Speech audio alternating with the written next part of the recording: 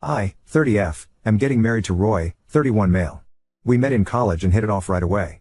He's handsome, charming, smart and supportive.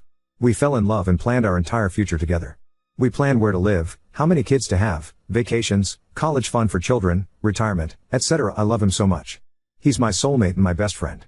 He would tell me he's proud of me whenever I achieved something. He's super supportive of my dreams and ambitions.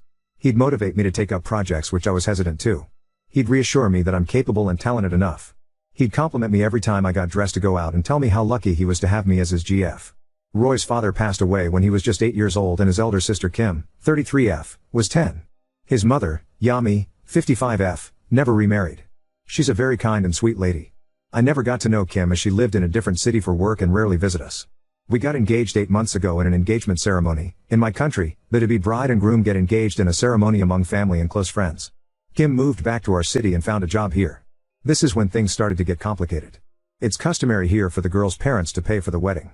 My dad hired a wedding planner and told me to plan the wedding with them to my and Roy's liking. When we started the planning process, my future mill stayed out of it, but Kim would tag along with us wherever we went. To the florist, to the wedding planner's office, to the caterers, everywhere. I wanted it to be just me and Roy. I told him that I didn't like future Sil third-wheeling something just the both of us must have been doing together. He told me that Kim just wanted to be involved in her brother's wedding and I should be more welcoming of her. I would have actually been okay with it if she'd keep her mouth shut and not give us her valuable input. When I choose flowers, it would be too pastel, choose a different color palette. When I would suggest the chair arrangement to the planner, she'd be like, that won't give a proper view to the guests on the far left. I wanted to have coconut pudding at my wedding. It was my absolute favorite dessert growing up and I wanted to share it with my guests on my wedding day, but guess what? No. Not coconut. I'm allergic. The thing that pisses me off the most is that Roy always takes her side when it's my choice versus her choice. He wouldn't fight or anything. He'd be like, it doesn't matter which flower it's going to be as long as it's you who's my bride. Let it go, babe, it's not a huge deal.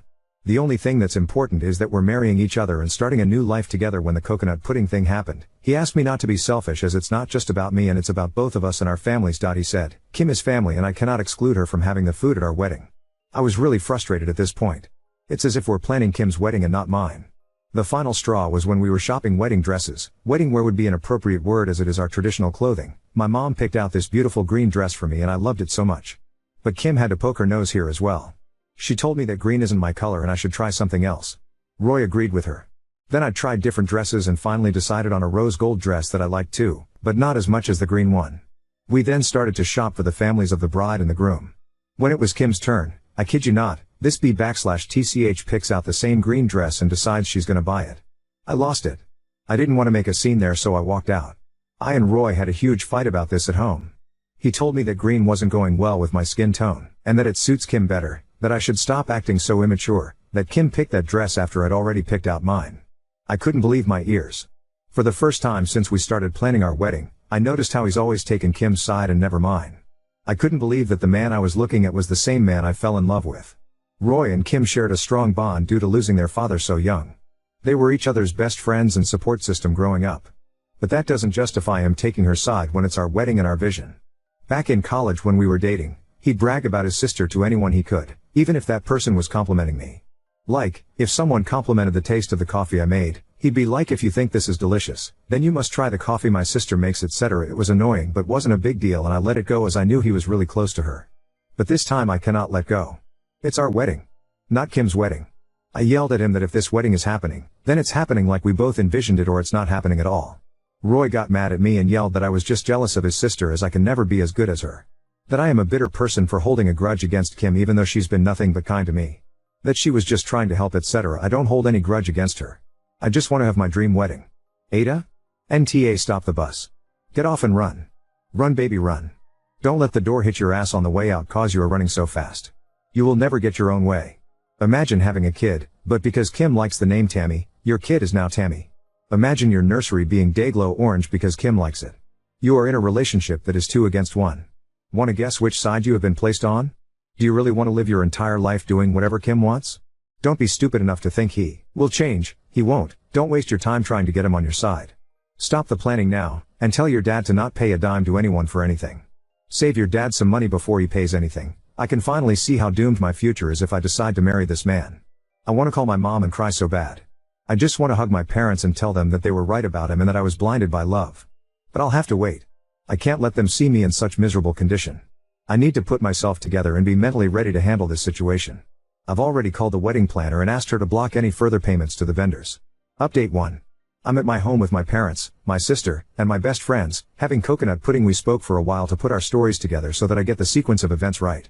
I forgot to mention my sister Maya, 34F. She works abroad and came home a week ago to help me with the then upcoming wedding and also to spend time with me. The day of wedding we're shopping. Maya stayed home as she was jet lagged. My mom, 2 of my aunties, 4 cousins, 3 uncles, Roy, Kim, Yami, ex-future Mill, 2 of Roy's aunties, 2 uncles were also present. So we were like 18 people shopping for wedding wear. When I got upset and left, Roy followed me back to his home where we fought. At the store though, my mom finally couldn't hold back anymore. She yelled at Kim and called her some nasty names. Kim retorted by calling me a few nasty names. This led to a messy shouting match between Team Bride and Team Groom, Yami attempting to calm the situation down. Police were called and they were all escorted out of the shop. After this whole thing happened, Kim went missing. This is when I had that fight with Roy and went to stay at my friend's home. Kim wasn't answering her phone and she wasn't at any of her friends' or relatives' places. Roy and Yami searched for her everywhere as they were worried for her safety, then found her at a distant relative's house the next morning. Yami had called me, which I didn't answer, to ask if I knew where Kim might have gone. At the hospital, when I was inside the doctor's office, I had a full-blown panic attack. I started to hyperventilate, high pulse rate. I was passing out then regaining consciousness for a few seconds before passing out again. I just remember a needle piercing my butt.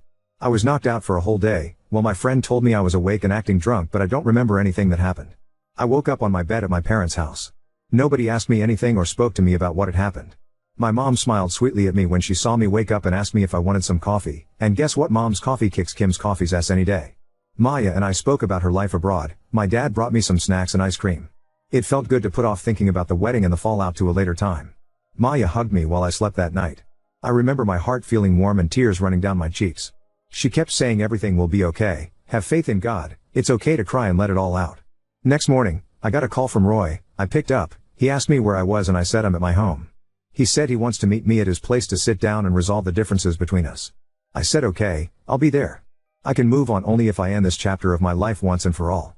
My dad drove me, Maya and my mom to Roy's place. Roy, Kim, Yami and his uncle, Yami's brother, were there. I know it's silly but I hoped Roy understood his mistakes and was going to apologize to me. And boy was I wrong. As soon as we all sat down, Roy started yelling at me for making a scene at the wedding dress store and he went on to tell me how Kim went missing, how she was so upset because of the things my mom had said to her that she could have harmed herself, how his mom and him had to drive around the city all night in search of Kim and how I was so heartless to not answer Yami's call. I calmly asked him where I was that night. I, like Kim, hadn't answered my phone too. I too was upset because of our fight. Did the thought of my well-being ever cross his mind? He went quiet for a few seconds then tried to say something fumbling his words. It didn't even make any sense. I told him that I now know who is more important to him and it's definitely not me. His uncle intervened to speak over me to my dad saying kids these days fight over the smallest things. I'm sure you can make your daughter understand how married life requires sacrifices and isn't like in the movies. My dad told him that it's my daughter's life and only she gets to decide if the issue is small or big, so let her speak to her fiancé. I looked back at Roy and told him that I know that I am the side chick and your sister is the main chick. Any person with even a shred of self-respect won't be fine with being her own husband's side chick. I said, you are free to marry your sister at the dream wedding that she has planned. At this moment, I saw his face turn red and before I could understand what was going on, Roy had slapped me across my face so hard that my inner cheek and my nose started to bleed. My dad punched him on his face, got him in a chokehold and continued punching on his guts. Yami, my mom and his uncle were trying to separate my dad and Roy. Maya hugged me tightly and was tending to my bleeding nose when Kim yelled like a banshee blaming me for something. I'm unable to recall what she exactly said. Even Maya doesn't remember it properly. I think it was on the lines of I wish you had never come into our lives and made it a living hell, while marching up to me with her hand in the air to hit me. Maya held Kim's hand before she could hit me and backhand bitch slapped her. Kim fell to the floor and screamed like she was being skinned alive. By this time, the neighbors came in and separated everyone. The police and ambulance came a few minutes later. Roy was bleeding from his mouth and his face looked bluish. The ambulance took him away. I was taken in another ambulance. After I was treated, I was taken to the police station where mine and Roy's family were seated, but Roy wasn't there. Yami approached me and told me that she's sorry and wished me luck for my future. The police took my statement and asked me if I wanted to press charges against Roy. I said yes. They informed me that his tooth had been knocked out and one of his ribs was broken, so there is a chance he might press charges against my dad. By midnight we were all allowed to go home. This morning, my friends came over and we all had our breakfast together. After a lot of discussion, we decided that I need to start therapy as well as medication for my mental health. We ordered pizza for lunch and my dad kept making lame jokes. Later Mom, me, Maya, best friend 1 and best friend 2, account owner, started reading the comments on my post. Mom was so happy about the replies to my comment about wanting to call my mom and cry. She told me that I should never worry about being vulnerable with them. I need not put on a strong front for them when I'm actually hurting inside. She said she'd wished I'd contacted her sooner. I would like to thank every single one of you who took out time to comment and show concern for a complete stranger. If it weren't for people like you, I wouldn't have seen the issues that I see so clearly now. I might have even forgiven him and ended up in a miserable marriage.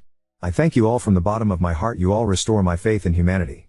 And for those who said that I need to grow a spine, well yes I do, but I'd like to share my POV in my country. Girls are taught from a very young age that girls who keep families together are good girls and girls who break families are bad ones. Even though my parents never taught me that and I have a Master's degree, this concept somehow got ingrained in my brain at a very young age. That's why I wouldn't speak up to Kim. I didn't want to cause conflict between them because that's what the bad girls do. I hope therapy helps resolve it. I'm still grieving the loss of not just the past and the relationship but also the beautiful future I dreamt of. I'm grieving the loss of the love of my life, a person who actually never existed. I know it will take time for me to heal but I do feel lighter. My parents are over the moon but they hide their happiness from me as they know I'm still hurting. They look like they've aged backward. Roy has been discharged from the hospital. I hope he and his sister live happily ever after. You have such a supportive family. I am so happy for you that you found out who really loves you and dumped Roy. You're going to be so happy without Kim and Roy destroying your happiness. The way I felt so claustrophobic since Kim moved back is something that I have never experienced. Now that feeling is gone. This shows me that it was the right decision to dump him. Now on to second story. Husband prioritized his daughter over our honeymoon and now I feel completely unseen and neglected in our relationship. I, 28F, have been with Michael, 41 male, for the last 8 years. We got engaged 1.5 years ago and decided to get married once my master's degree was done. Michael has a daughter, F, 12, who lives across the country. I found out I was pregnant 4.5 months ago. When I told Michael, he looked shocked. I suggested we postpone the wedding, but he said no. In fact, let's have the wedding earlier. We can have a small courthouse wedding, and once the baby is born, we will have a nice party. I reluctantly agreed. We set a date, I got a nice dress, and my friend did my hair and makeup. I showed up and saw that Michael didn't bother wearing a clean shirt. He wore his old jeans, didn't shave or shower, and wore his old t-shirt. I asked him if he really wanted to marry me. He said yes, let's go, hurry up. After the ceremony, we went for lunch, and he told me his daughter is moving in with us, so it's best to cancel our honeymoon/baby moon that was supposed to be in September. I was shocked and asked why. He said he can't just abandon his kid for a week. Ella is moving across the country, everything is new to her, we need to bond with her. Get over yourself. You are going to be a mom, how about a little empathy? I just stayed quiet. He went back to work, and I went back to my place to pack my stuff alone because I was officially moving in with him. Now that Ella has moved in, I feel completely unseen. He spends all his free time doing stuff with her, and I'm not invited. He says his kid has been through a lot and he needs to bond with her. I pretty much spend all my time alone, either at school or at my part-time job. I go to all my baby appointments alone. Today, he told me he is taking her to Disneyland because September is her birthday. I feel so petty, but September was supposed to be our honeymoon. I asked, and I guess I'm not invited to the trip, right? He said you were always invited, but this time I want it to be me and her only. It's the first time I get to be with her on her birthday. I just left for school and cried. Why is he punishing me for getting pregnant? Things were great before, and all of a sudden, I don't even exist anymore. Ada for resenting my husband? Am I too needy and unreasonable? Oop, no, I had no clue. He just informed me during the lunch, babe. That is not how a loving husband would approach such a topic. And his comments on top of that? Jesus seems like he thinks that now that you're married and pregnant, there is no way you'll leave and he can treat you however. That is not right. You deserve better. There are a million red flags in this post. Make sure your support system is tight. Talk to people about possibly staying with them. Put money to the side. And then, only when you have a plan, hit him down and tell him that if things don't change, you're gone. Oop, yes. Apparently he had been discussing with Ella's mom for weeks about this. Nope. I wasn't even aware my wife took it upon herself to write her side yesterday. She left to stay with her coworker to clear her mind before making any decisions. Since then, many of my friends have read her post, contacted me, and called me a monster. Here is my side, and I'm genuinely wondering if I'm the bad guy here. I have been with my wife for the last 8 years. She got pregnant while we were engaged. I suggested having a small courthouse wedding and then a nice party when the baby was born. I have a daughter from a previous relationship. When her mother was pregnant, she left to stay with her parents across the country. I only met her maybe once a year. I was never involved in her life. Before our courthouse wedding, Her mother messaged me that my daughter was moving in with me because she was pregnant and thought Ella, my daughter, should be with me. When I told my wife after our wedding, she didn't say anything. I told her that I was postponing our honeymoon since I couldn't leave my girl, who had just moved in and was feeling abandoned, just to go on some trip. My wife didn't say anything. Since Ella moved in, I have tried my best to make her feel welcome. I take her to extracurricular activities, she sees a therapist that I take her to, and I take her fishing with me. My wife has not only been very distant but also decided not to communicate with either of us. She hasn't put any effort into connecting with my daughter. They speak maybe a few words a day. My wife is always quiet, which makes things awkward. On top of that, she is jealous of my daughter and expects me to baby her because she is pregnant. She suggests crashing, I say no each time, in on any father-daughter activity without realizing my kid has been through so much. She expects me to come to all her baby appointments. I explain that I am working full-time and do all these extracurricular activities with Ella. Plus, she can just show me the ultrasound pictures later, it's not like there is anything I can do. My presence is not necessary for these appointments. Now, here is the thing, am I an asshole for trying to be there for my child? For putting my child first? For expecting my wife to be an adult and not expect me to baby her? She is using her pregnancy to be emotional and guilt-trip me because she is jealous of a literal child. Uda. Your wife is expecting your child. You have made no effort to make her feel special or wanted. You are putting your daughter's needs, understandable, over your wife's, who is also carrying your child, needs. Taking her to one of your father-daughter outings isn't going to kill you, rather it will help your daughter and wife bond. Frankly, your attitude about your wife wanting you at her medical appointments and everything in between is just concerning. You are making no effort to make your wife comfortable and more importantly at peace. Grow up and act like a husband for once too. Oop, I married her. Right away. Most men walk away. Oop, you are treating me like I'm a monster and captured the princess. Lol, we love each other. Just because I have boundaries and expectations doesn't mean I'm a monster. Oop, I do love her and the baby she is carrying. Our problem is she likes to be treated like a child and competes with my daughter. I expect her to act like an adult. I saw people told her in her post to murder my baby. No, she is not getting an abortion. Reddit is toxic sometimes. Update 1. I haven't slept all night. It's 7 a.m. in Toronto now, and I'm a mess. I thought I'd give you an update. Some of you called me a troll because you couldn't believe what an insensitive jackass I was. Well, you weren't wrong. Here's the update. My wife texted me yesterday, saying she found a new place and is planning to talk to a lawyer soon. She asked when she could come by to package her stuff. I was floored. I thought she was kidding or trying to scare me. But she wasn't, she was very serious. She came over with her coworker, Jen. I asked her if she could please stay and talk, then I'd give her a ride back to her coworker's place later. Her coworker gave me the dirtiest look and left. We talked for hours. I'm a monster and a crappy husband. She generally has anxiety, and pregnancy made it worse, and she's been dealing with it alone. Apparently, there was a scare during an ultrasound, and she had a full-blown panic attack. She said she was so lonely that the ultrasound tech and nurses had to help her out. Luckily, further testing showed that the baby is fine. I felt sick to my stomach picturing her alone and having a panic attack. I asked her why she didn't tell me. She said she had asked me many times to come, but each time I either called it stupid or made fun of her for being a big baby. She said while she was waiting for the further testing results, she was so anxious that she was throwing up all the time. I lived with her, yet I was so full of myself I didn't even notice. I begged her to come back. She said she can't at this time because of her mental health. I asked if I could come to the appointments from now on. She said, of course. We're going to see a marriage counselor as soon as possible. She said she'll only move back when the counselor says she's ready because, at this point, she's not. I asked if I could still take her out on date nights. She looked at me and asked if I was just doing this to expect sex afterward and trick her into coming back. I swore that I would drop her off at her place every time, no sleepovers and no expectations. Just dinners, talking, and doing activities like when we were dating. She smiled. She asked about my daughter, and I told her she misses you. She said, no, she doesn't even know me. I admitted she was right. I told her I messed up and that hopefully, when she's ready, she can join us on some outings. She said, yeah, maybe. I drove her back to her coworker. So folks, as Doug Ford says, to summarize, I stayed awake all night. I'm disgusted by my actions. So that's the update as of now. My wife has left me for now, and I'm skating on very thin ice. Hopefully, I'll have more positive updates soon. P.S. I admitted I was a selfish puss. I have been getting DMs suggesting to kill myself, or hope my wife miscarry so she would be free. I'm going to stop replying. You still are TA. You weren't the only one disgusted by what you wrote. The post and the responses that followed only had one thing in common: me and I. My house, my expenses, my daughter, my rules, my this, my that. Never once did you talk about your wife in an equal partner sense of a way. Even though your wife knew about your daughter, you sprung her on her. Never once did you find it right to discuss with her first. Her life was going to be impacted by it too.